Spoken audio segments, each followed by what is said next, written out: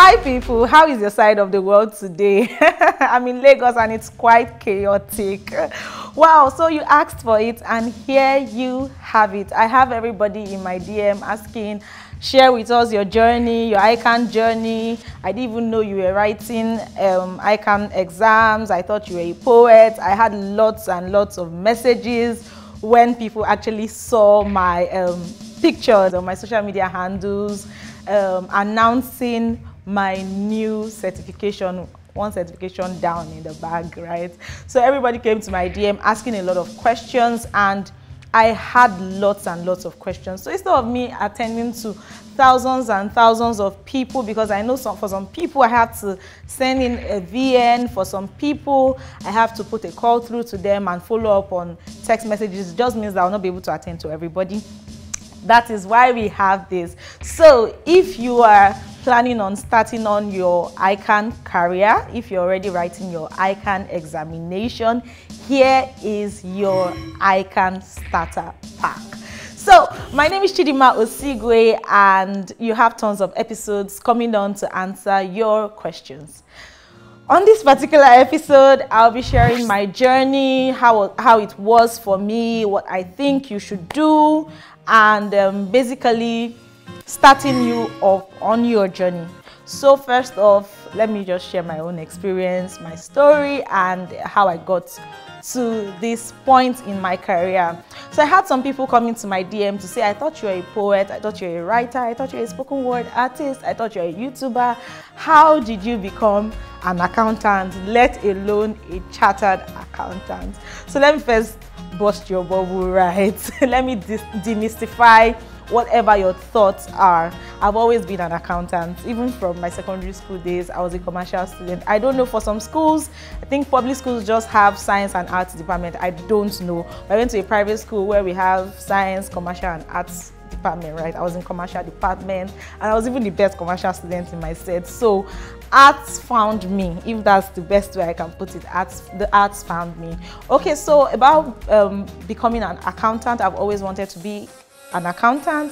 Then UTME came in, right? What everybody calls JAMB in Nigeria, right? Came in and then I gained admission to study accounting, and after my OND I started my ICAN journey. I actually started from ATS, so I did not just wake up and just get my BSc and then do my professional exam like what everybody thinks, right? Or maybe they think I studied something else. No, I actually studied accounting. So I have OND accounting, HND accounting, BSc accounting, and then my professional qualification, so don't get it twisted.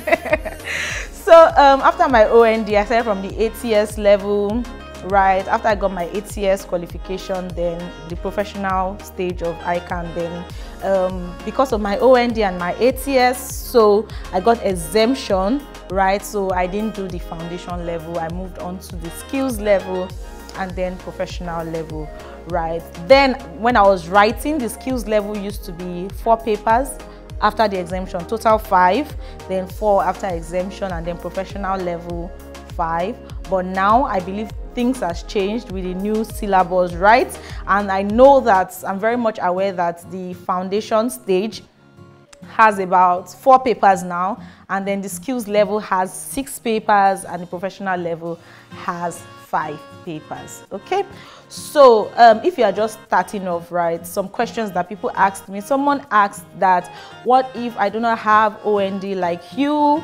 How do I start off? You can start off from the ATS level. So you have 2 options. You can actually start off from the ATS 1, 2, 3 level, because I actually did the ATS certification as well.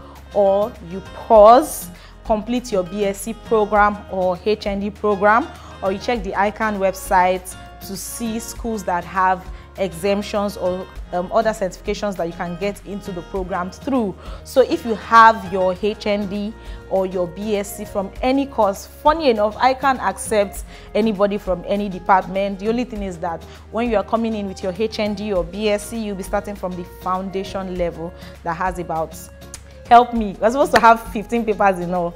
So foundation level has 4, skills level has 6, and professional level has 5 papers. So I've answered your question. For the person that asked me, if you do not have any certificate in accounting, how do you want to come into the ICAN space? So your BS in whatever you have studied, you register on the ICAN portal, icanig.org/students. I think it's about 8,300 naira to register to become a student, right?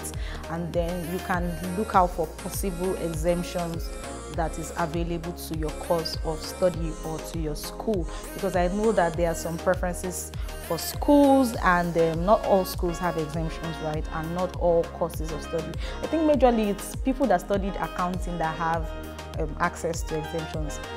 Please confirm on the website. All right, that's why you have the website icanig.org/student. icanig.org gives you all the details you need, but to register /student takes you to the student portal for you to register.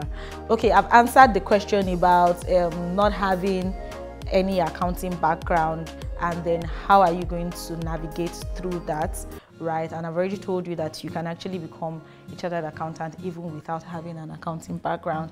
And then if you have your OND, I would advise that instead of you waiting for your direct entry, or instead of you waiting to complete your education, it will be best for you to register with your OND for the ATS3 program. The moment you have your OND, you're going to have exemptions already for ATS1 and 2. So you'll be writing only ATS3, and you can just proceed to the professional level. Once you already have your ATS3, you have exemption, so you will not be starting from foundation.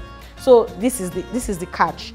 If you have OND in any program, instead of you waiting, so that you don't have, well, I can't speak for anybody, right? Because even people that have accounting background are still rewriting ICAN examinations, and we know how the gist is. Once you are done with your qualification, everybody's like, wow, so did you write? How did you pass? How did this even happen? Do you understand? Let alone someone coming from another department. If you are ready to make that sacrifice, that's okay. But if you have your OND qualification already, I would say put in for your ATS3 program, complete your program, get your exemption from foundation, move on to skills level, and do your professional level as well, so that makes it faster for you, Sha. But for knowledge sake, if you want to go through the whole process for knowledge sake, that's on you. You can go ahead and do that. But all the information you need is on the ICAN website, icanig.org. You can get that there. Someone else asked that, okay, I completed my OND program, I moved on to my HND program, and I was also running a BSc program. How did I navigate through all of that? Is my daddy Omo Baba Olowo? Am I Omo Baba Olowo? Do I have one money stacked up somewhere? Please, I just got to beg you. I'm even from a very humble background. I would say God did it right, but at the same time, we had things that we did right. Okay, so after my OND program, I already talked about that. I did my ATS. I was working.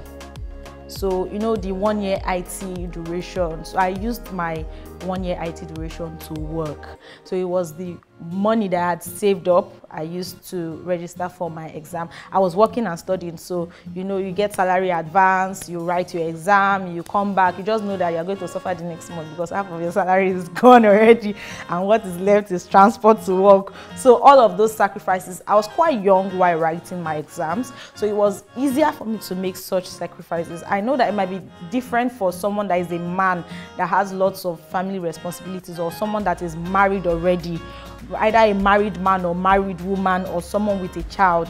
Responsibilities might be different, or someone that is the first child in the house, right? Responsibilities might be different, so different strokes for different folks, right?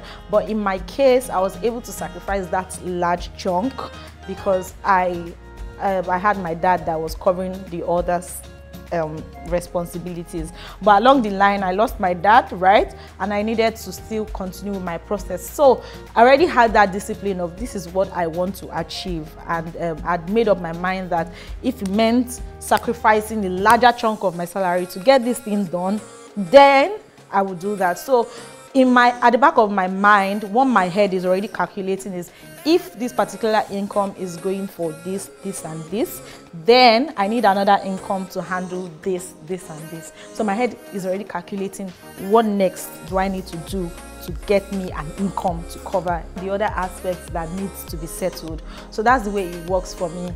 When I was writing my exam, I actually remember a friend of, not like I remember, I actually have a friend of mine that was in a similar situation, but hers was more complex, right? No parents. She was also running an internship role.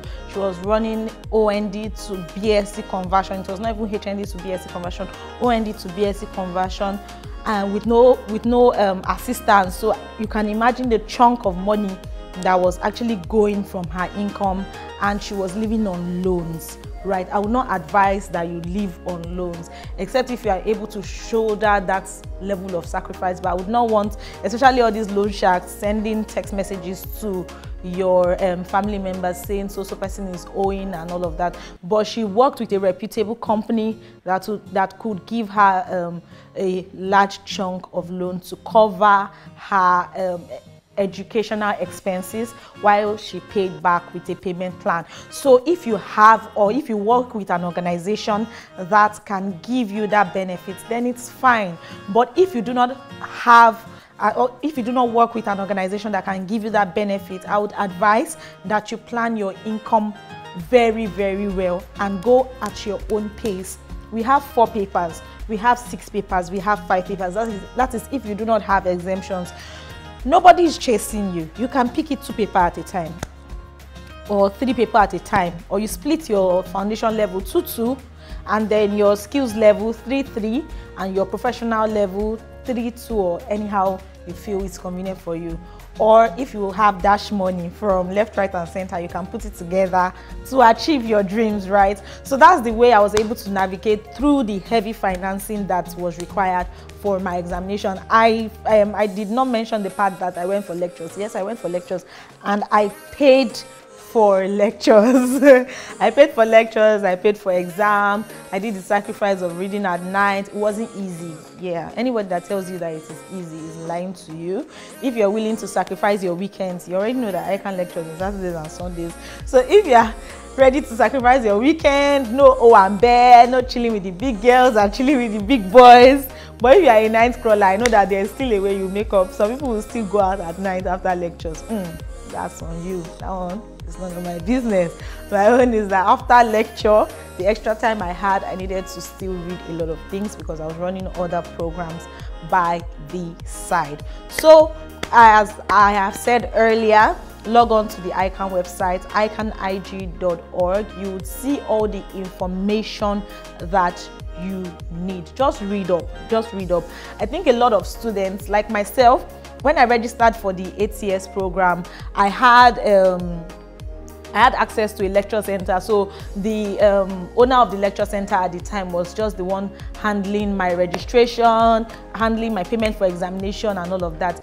It made me not realize that I could do some things by myself on time. So the earlier you realize that the website is there for you, even if someone is handling your payment because you are scared, there's even a way you can pay online through the website. Even if someone is handling all of this, for knowledge's sake, just go to the website. You see all of the opportunities that are available to you, all the options. There is even the scholarship option on the website, so you can see if you're qualified for it. Why not sign up, right? So do that. I'll be waiting for your feedback, and I look forward to hearing your success story. If there is any aspect of my story that you think I have not captured, please let me see you in the comment section with your questions. By the way, this particular episode is sponsored by Wig Sanctuary and 121 Professionals. Thank you guys for doing the Lord's work. Till I come your way next time in the next episode, this is your ICAN Starter Pack. Bye.